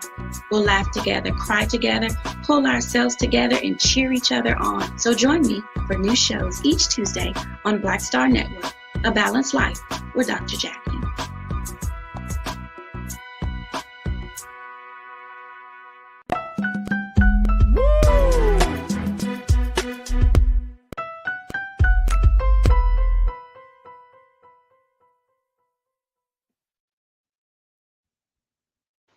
All right, folks, welcome back to The Culture here on the Black Star Network. I'm your host, Farajii Muhammad, joined by my sister and contributor, Coach Trinette Collier. Let's talk a little bit, Coach, about something that is near and dear to a lot of women's hearts.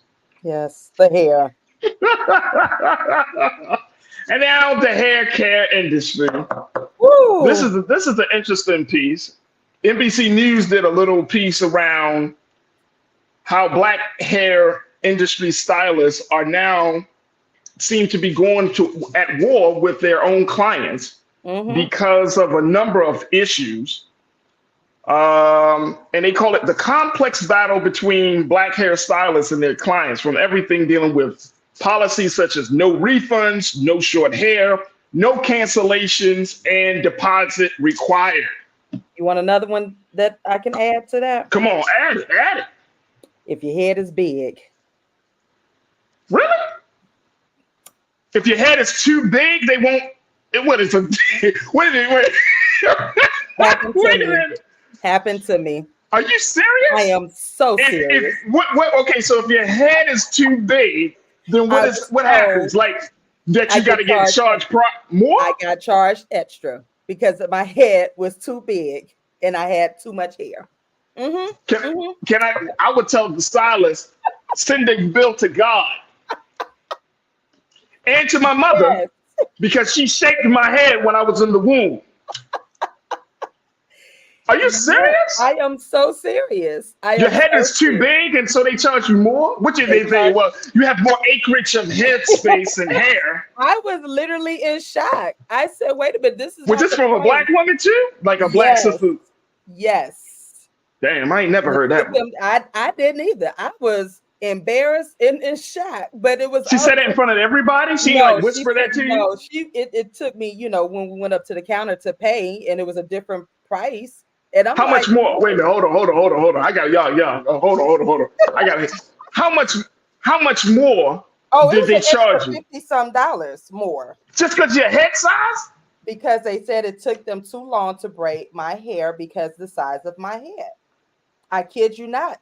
I'm gonna ask my sisters in the crew if they ever heard that one. And it's not that I don't believe you. I'm just saying, like, I've never heard it. You should have saw me standing there like, huh? What do you mean? I said, come again? No, it was. I had my hair braided, and I knew that if I did not pay what they were gonna do, and I'm just like, wow. And at that time, I didn't think about going on social media to do, to do all of that because it was embarrassing. But yeah. I called all of my friends that day. I said, I know my head has been big, but did y'all know I just got charged? So yes, this is. So what did your friends network say? What did your sisters network say? I mean, basically they were like in shock as well, and they really just was like, oh wow, is this what we're coming to? Like, So yeah, this whole combativeness between the stylist and the client, it's real. It is real. So this is what NBC News reported on this. Let's post quote one, please, Lee. That many customers are saying getting their hair done has gone from being a communal cultural experience to a hassle and an overall bad time. Some hairstylists and customers blame the gig economy, lamenting that some stylists are more passionate about making money than providing good service. But others say stylists deserve more grace as they contend with demanding and sometimes unreasonable clients. The overall tension is leading some professionals to share their business acumen and customer service knowledge with those trying to break into the industry. Do you agree with that, Coach? Yeah, I think some of the stylists, the newer stylists, because I'm very blessed to have some. I keep 4 good braiders with me. And I have about 3 good hairstylists that I've developed a relationship over time. But there were times where it was like either charged too much, or the deposits were just ridiculous, or the stylist, came up with some excuse, but you're still expected to pay full price, and I started noticing that trend because a lot of people some of the stylists that I was talking to before, they were like, because people run out on them. And I get that. You do have those clients, those people that run out on their services and whatnot, and it makes the rest of us suffer for it, unfortunately. But some of these policies I really don't get it. I really don't understand, honestly. And I don't get. I have never. Well, I think it's important, and I mean, this is an important part of the conversation because, I think that all of us, especially for men, is what I mean. I think especially more so for women than men. Like, it took me when I moved here to Los Angeles. It took me kind of forever to find my barber, like the guy that's going to understand how to cut my hair. Then at the same time, I got locked, so I had to find around because here in LA, they'll charge you a whole child and a half to do some retwist and I'm already. I'm coming to the stylist like, how much? Right. I got my own hair. You don't have to put new hair in. Yeah. Like, y'all charge it, and then this is what I often heard. Mm-hmm. Well, we got the rent to pay for. Yeah. Y'all, some of these places are hole in the walls, man. Yeah. Y'all probably paid that rent. That rent probably been paid for. That more, man. You paying taxes. You're not just paying on nobody's rent from these buildings from 1975, man. Right. And that also leads you into thinking, what's your business structure? That's not good. You don't have a good business structure or system in place. When you're aiming for the money, your systems are not in place because you're going to make the money if you have these systems in place and good business structure, and you're doing what you're supposed to do. So when you're just going for the money, just charging stuff, you don't have anything in place. At least that's what I could say on some of these businesses, because you're right. You're at home and you're charging $300, $400, $500 for some box braids. Plus I had to get my own hair. No. Mm-hmm. No, we're not doing it. We're not doing it. Hey, look, I know too many women and this is why, and one of the things that this is about this ongoing complex battle is that a lot of these sisters who are doing hair, and there's no shade to those sisters who do hair, but they're not getting licensed. No. You're not going, and see, again, one of the big concerning factors is that a lot of the sisters who are doing hair are doing it for social media fame, right? Yeah. But you're not getting licensed. Let me just share this quote from one sister who is a licensed hairstylist. Let's go to quote 2. This is the problem, she said, facing Black women. She said, it's really hard to get people in the chairs that are licensed, said Naima Finley, who is she's a licensed hairstylist and owner of the Curly Girls Rock.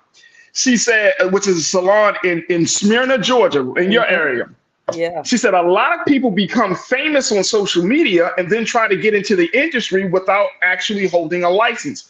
People are finding that instead of going to school for a year, I could just do natural hair and get away with some things that aren't getting caught by inspectors. And this is the problem, because social media, I'm going back on my thing, but I'm just saying that we're more concerned with the look of a situation instead of being like, it's like getting a contractor come to your house. He up there taking selfies while he's trying to fix your plumbing. Right.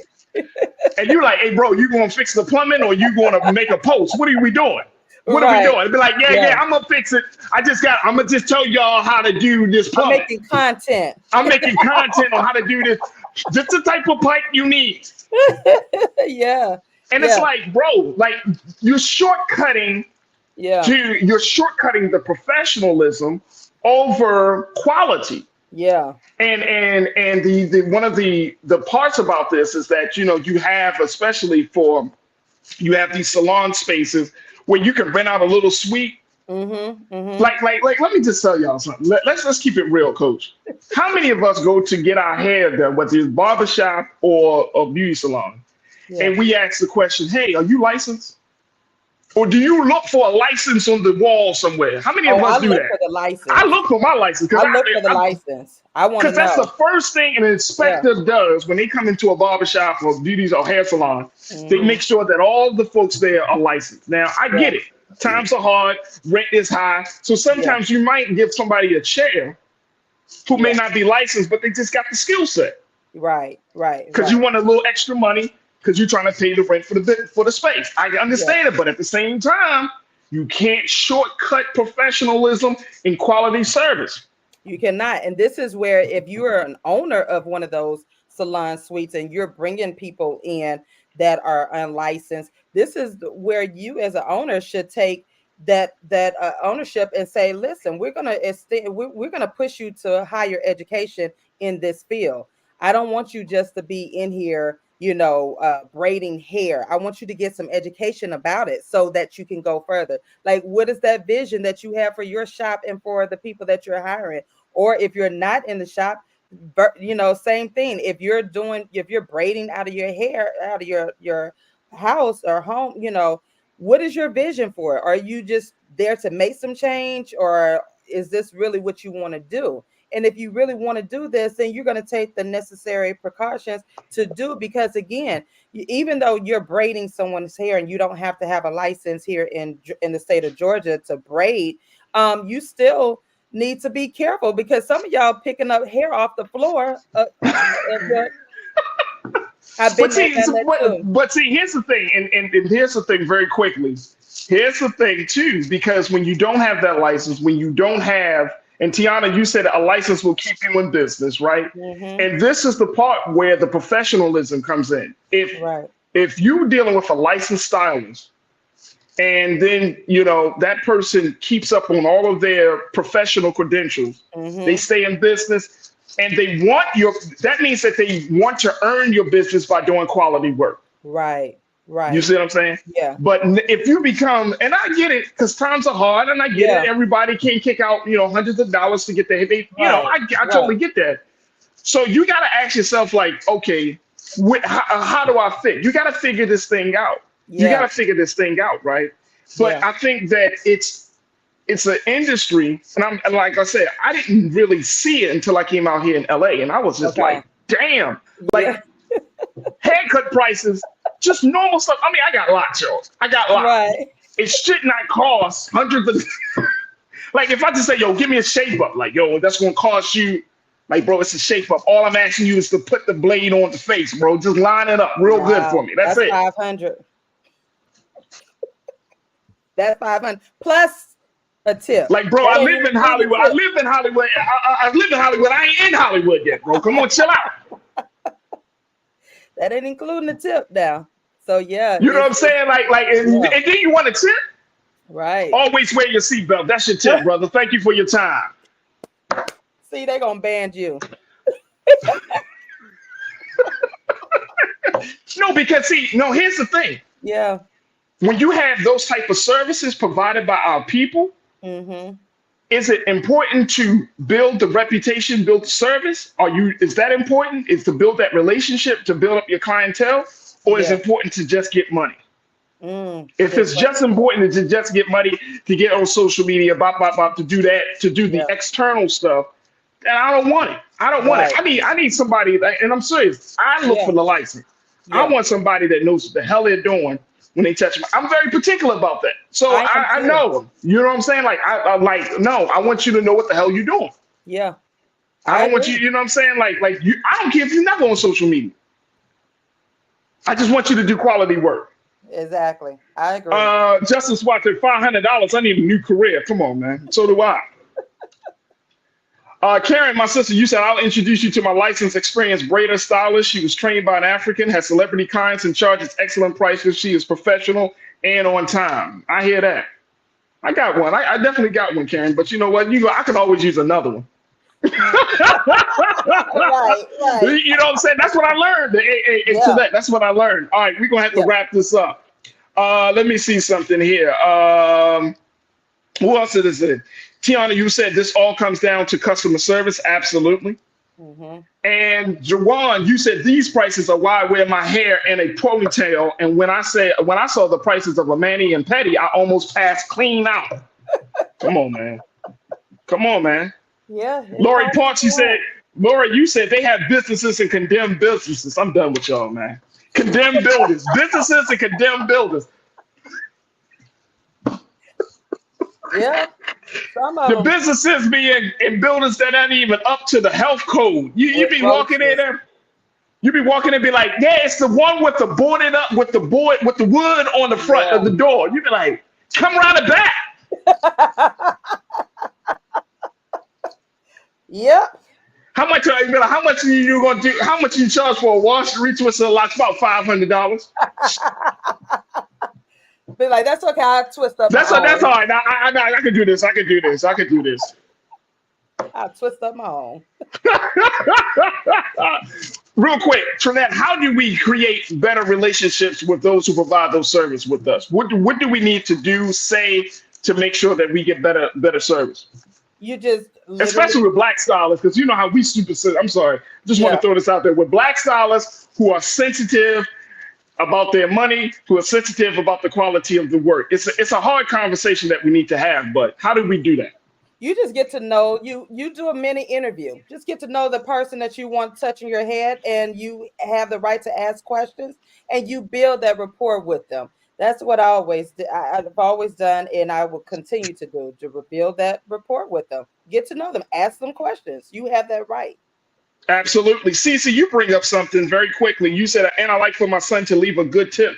Please tell about the hair on the floor. We're a lot couple. He's a year longer than me. Not been to a shop, hair on the floor. Tell it. Leaving a tip. I believe this, and this is really and I agree with you there, having a conversation.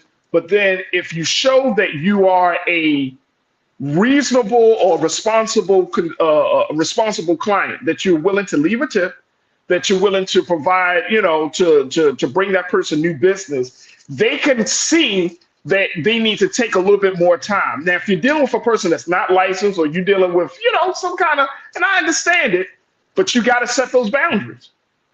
You got to set those boundaries. And it's so unfortunate. There are sisters that in this NBC article, they were saying sisters who go on TikTok, they amass hundreds of thousands of views for their stories of being with bad black hairstylists. And it's such a shame, a shame. Yeah. It's such a shame to see so many black women treat black women like that, but they don't come up. They be forgetting to they forget about the appointments. They don't communicate well. Man, please. Yeah. Man, please. Yeah. It's such a shame. So I hope that the relationship gets better. Yeah. I really hope that relationships get better. Yeah. I wish a barber would tell me, yo, before you come in, I need like a $40 deposit. Listen. Yeah. And then I get in the chair, he'd be like, yo, you know what? I need to boost it up another $70, another $30 because your head too big. See, you know what? Yo, I didn't expect your head to be oval shaped, bro. Like, what can I say? I didn't expect you to have the egg head, bro. Like, I'm just saying, that extra lock in the back just threw me off. My sister Trinette Collier, Coach Trinette. This is crazy, bro. My sister and Coach Trinette Collier, thank you so much for being with us today. How can I put out your social for us one more time? It is I am Trinette L. Collier on all social media platforms. There it is right there. And Coach Trinette Collier joins us here on The Culture every Thursday at 4 p.m. Eastern Time, talking about all that is culture, all the stuff about the culture, relationships, and so much more. And we look forward to having her back on the show with us next week. Thank you, Coach, for being so good for the culture. Bye. All right, folks, that's going to do it for me. I thank each and every one of you for tuning in. Big shout out to the new watchers, new online culture crew members. I see y'all. I hope y'all enjoyed the show, and we'll be back with us tomorrow and again and again and again. And I truly appreciate y'all. Make sure y'all go to our website today at Black Star Network, and you can check us out on our website at blackstarnetwork.com. Download the app for free. Follow us on social media at Black Star Network. Follow Big Brother Roland Martin on Black Star on his social media platform, and me, The Real Farajii. Y'all can check me out there on Instagram. I would love to get some new followers and get some new folks to connect with. You can find me on Instagram at The Real Farajii and at Farajii on the X platform. All right, folks, stay tuned. Up next is Roland Martin Unfiltered. As always, never be afraid to challenge what's wrong. Stand for what's right while being yourself in the process. God willing, we'll talk tomorrow for another exciting edition of The Culture right here, only here, exclusively here on the Black Star Network. Have a great evening. Talk to you soon. Peace.